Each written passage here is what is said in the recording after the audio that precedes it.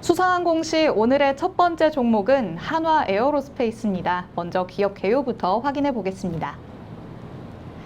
1977년 8월에 설립돼서 1987년 5월 유가증권 시장에 상장했습니다.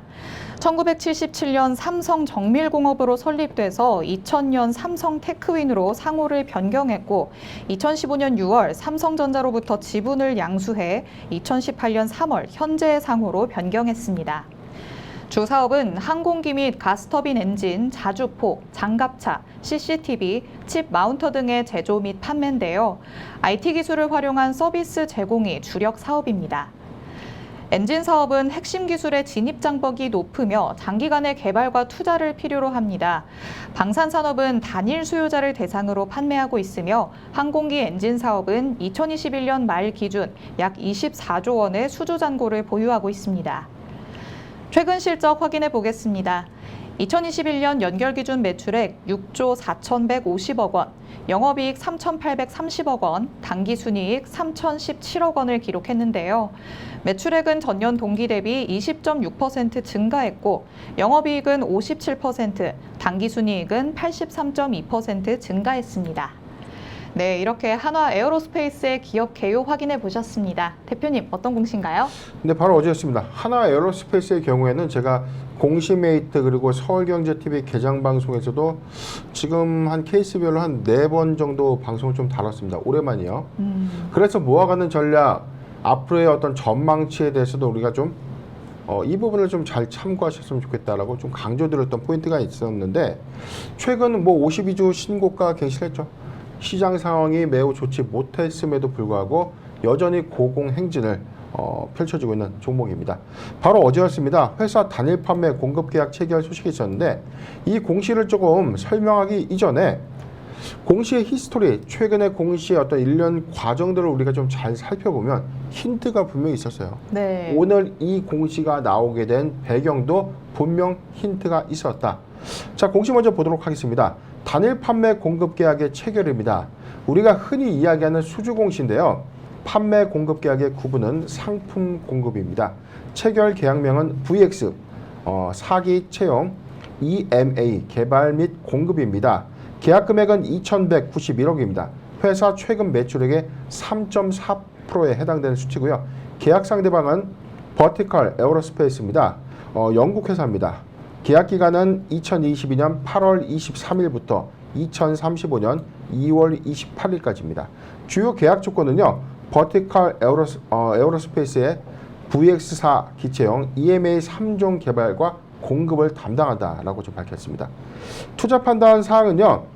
본 계약은 버티컬 에어로스페이스가 개발 중인 전기 수직 이착륙 에어택시입니다. 에어택시의 기체인 VX4의 전기식 작동기의 3종 개발과 공급에 대한 계약입니다. 회사는 단독으로 이 버티컬 에어로스페이스와 이 VX4형 EMA를 공동 개발하기로 합의한 바 있었는데 계약 금액은 개발비 그리고 버티컬 에어로스페이스가 현재 확보한 기체 수주 잔고에 대해서 단독 공급이 포함된 금액이다. 기체 수주 상황에 따라서 발주 분량은 증가할 수 있으나 아직은 확정된 바가 없다. 이게 에어택시를 만드는데 이 핵심 부품을 공급한다.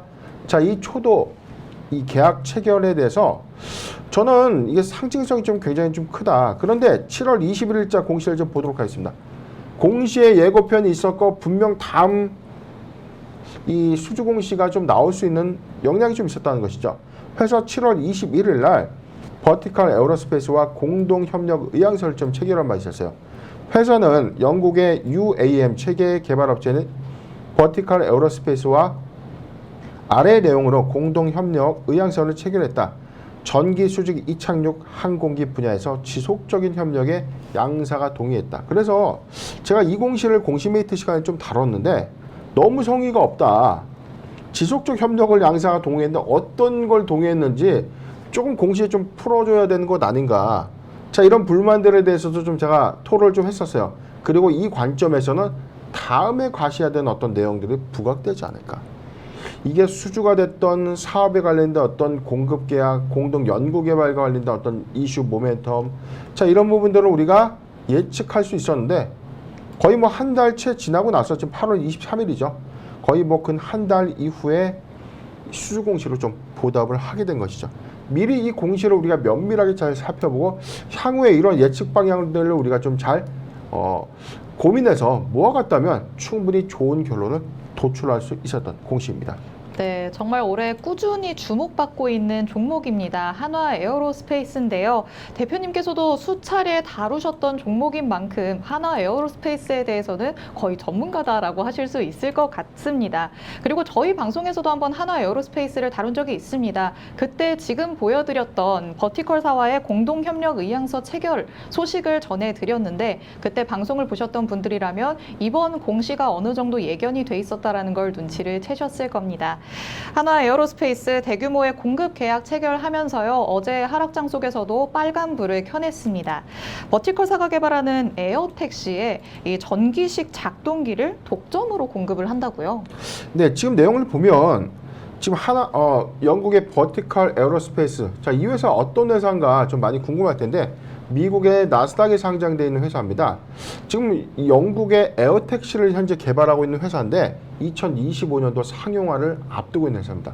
그런데 아직 개발도 되지 않는 이 기술력을 갖고 이미 선 수주 물량이 1,400대예요. 1,400대의 수주를 먼저 확보를 했기 때문에 기술력을 인정받은 셈이다. 여기에 주력 제품인 EMA였죠. EMA가 뭐냐면 전기식 작동기라고 합니다. 이게 어떤 작용을 하냐면 모터의 회전 동력을 이용해서 UAM의 각종 기계적인 동작을 제어하는 장치예요. 쉽게 말해서 주로 이 기체의 방향과 이 비행을 조정하는 장치다. 우리가 이 에어택시의 어떤 이 구동은 이 드론과 좀 흡사한 모형인데 이 발이 4개입니다. 발 4개에 프로펠러가 달려있죠. 그런데 이게 한쪽으로 치우치게 되면 이 드론이 이렇게 방향이 좀 바뀌게 되죠. 네. 이게 굉장히 좀 이 어떤 이 기체의 안전성을 좀 보장하는 관점에서 이 기체의 안정성을 좀 제어해주고 방향과 비행 장치에 대한 어떤 제어 장치를 담당하는 기기인데 저는 이 기술이 굉장히 좀 핵심적인 좀 기술이다라고 봤어요. 우리나라에서도 만약에 에어택시가 만약에 출시가 된다면 한화 에어로스페이스가 우리나라에서는 그래도 선도 역할을 좀 하지 않을까 전망을 하고 있습니다. 네, 2025년에 상용화를 목표로 하고 있는 상황입니다. 이미 사전 계약 물량도 있는 만큼 정말 기대해봐도 좋은 부분이지 않을까라는 생각이 드는데요. 그리고 지난 방송에서 다뤘다시피 한화 에어로스페이스는 버티컬사와 손을 잡으면서 도심 항공교통 사업에 본격적으로 진출을 하겠다라고 밝혔습니다. 이렇다면 세계 에어 모빌리티 시장의 전망은 그럼 어느 정도로 점쳐지고 있는 상황인 건가요? 네, 이 규모에 대해서는 뭐 시장에 뭐 많은 얘기가 있었죠. 우리나라 자체에서도 지금 이 전체 시장 UAM 시장이 아직은 가시화되진 않았죠. 네. 하늘을 나는 차가 있냐? 하늘을 나는 택시. 우리가 이 도심에서 이 에어택시를 통해서 이동 수단을 대체로 만든다. 이게 상용화가 뭐 영국에서 2025년도에 상용화를 할 수 있다라고 좀 이야기를 하고 있지만 이게 굉장히 항공망에 관련된 어떤 이 안전장치죠. 이게 다니는 길로만 다녀야 되는 거죠. 우리가 항공기도 노선이라고 하지 않습니까? 노선이라는 게 정해진 항로를 통해서만 비행기가 왔다 갔다 해야 되는데 만약에 많은 사람들이 이동하는 뭐 도보로 이용하든 차로 이동하는 이 과정에서 에어택시가 추락을 한다. 자, 이런 사고를 우리가 방지하기 위해서는 지금의 우리가 헬기의 어떤 이동 경로처럼 관련된 어떤 항공 이동 경로를 정립해야 되는 어떤 이슈가 있기 때문에 이게 지금 뭐 개발이 완료된다고 하더라도 규제를 좀 해결해야 되고 관련된 실정법들을 좀 만들어야 되는 아직은 뭐 기술력이 당장 에어택시가 좀 도입돼서 하늘을 좀 날아다닐 수 있는 역할은 아니다. 그런데 저는 멀지 않은 이야기는 맞다. 전체 시장 규모가 한 1조 5천억 달러예요. 1875조까지 성장할 수 있다. 이게 1조 5천억 달러라고 해서 1조 5천억 원이 아니라 1875조 원까지 성장할 수 있는 부분인데 앞으로 우리가 이 미래의 어떤 대체 이동 수단에서 건물의 옥상과 옥상으로 우리가 좀 경로 이동을 좀 한다. 우리가 지금 헬기의 어떤 위험성은 좀 있지 않습니까? 네. 헬기도 추락 사고가 좀 굉장히 좀 많기 때문에 이동 항로의 어떤 경로가 좀 상당히 좀 제한적인데 만약에 에어택시의 경우에는 도심을 활보할 가능성이 좀 더 크기 때문에 이런 규제 부분과 항로에 대한 어떤 이 규정, 그 다음에 이 디테일한 항로를 좀 수립하고 이 부분을 어떻게 길을 만들 것인가. 자, 이 부분도 구축이 좀 돼야 되고요.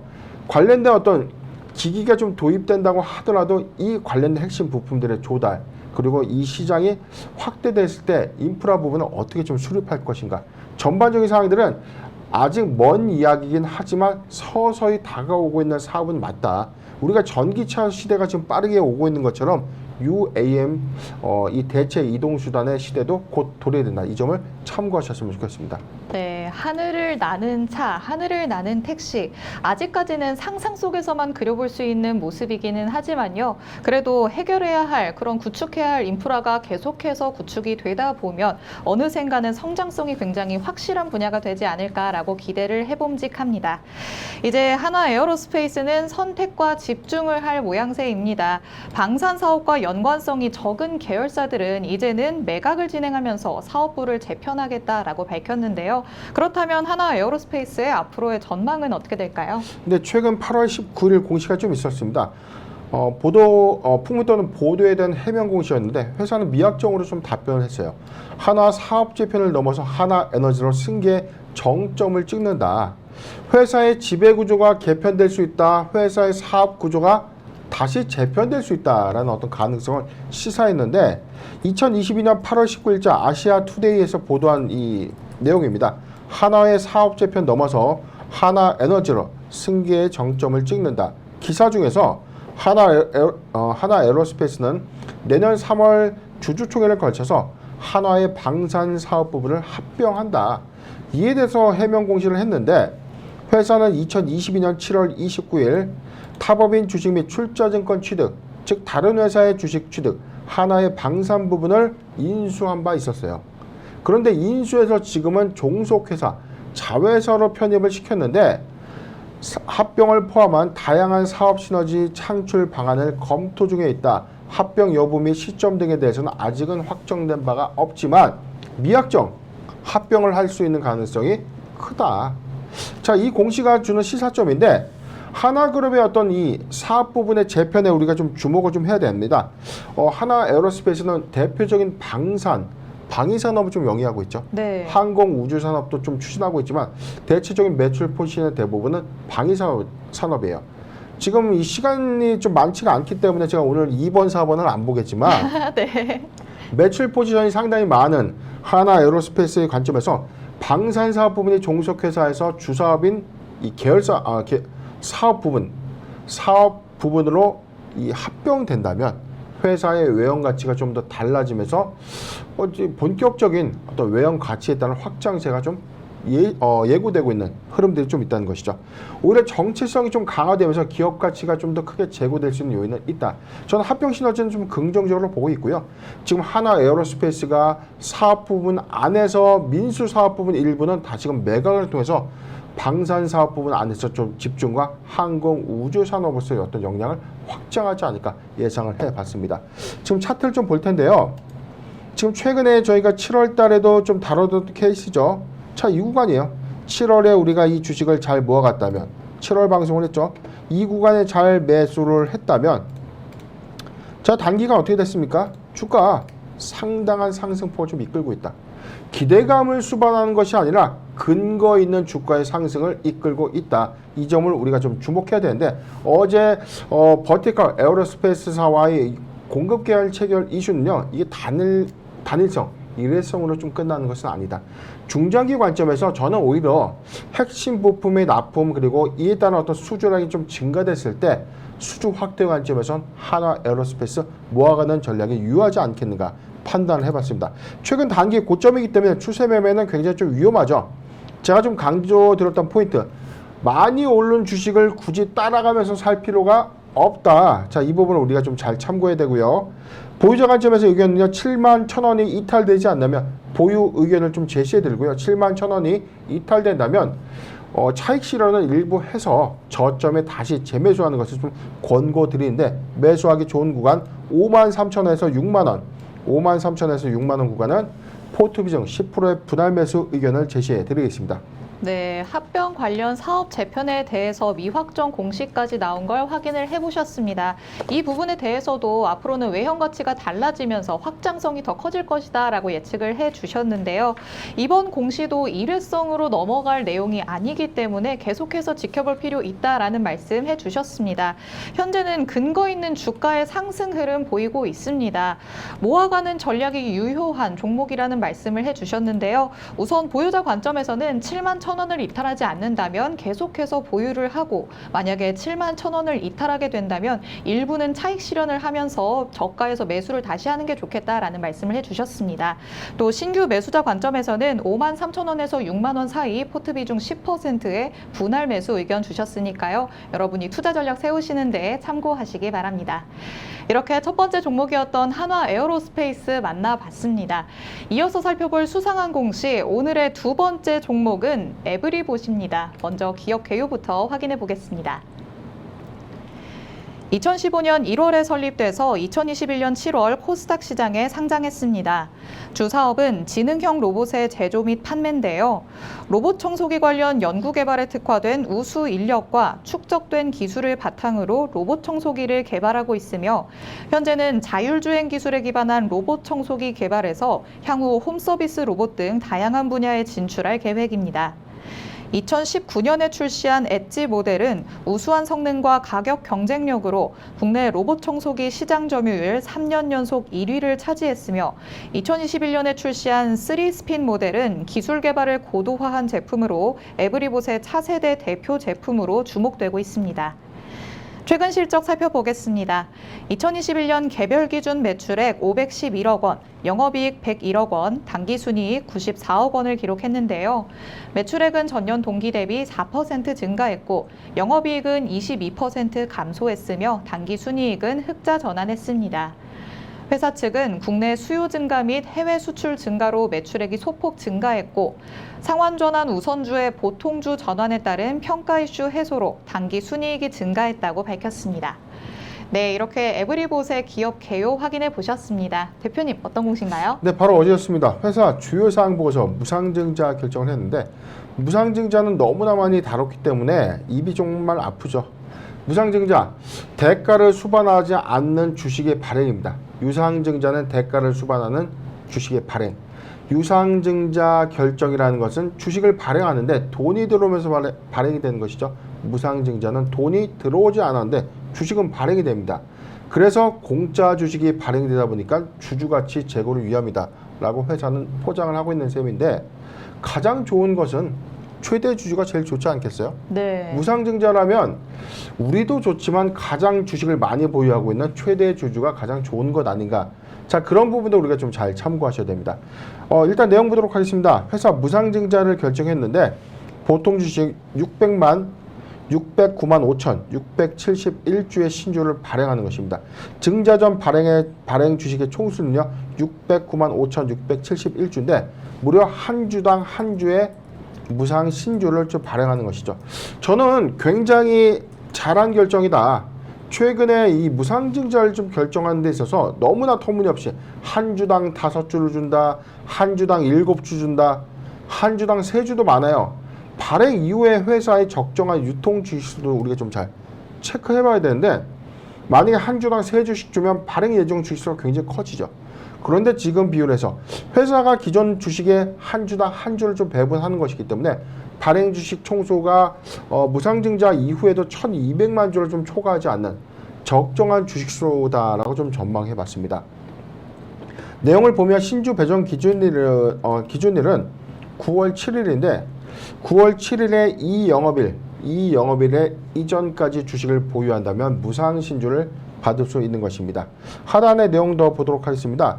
회사는 지금 자기 주식을 보유하고 있지 않기 때문에 609만 주의 1+1이 되는 셈이기 때문에 무상 증자 이후의 주식은 1,219만 주고, 이에 따라 어떤 단수주가 발생되지 않는다라고 밝히는 공시입니다.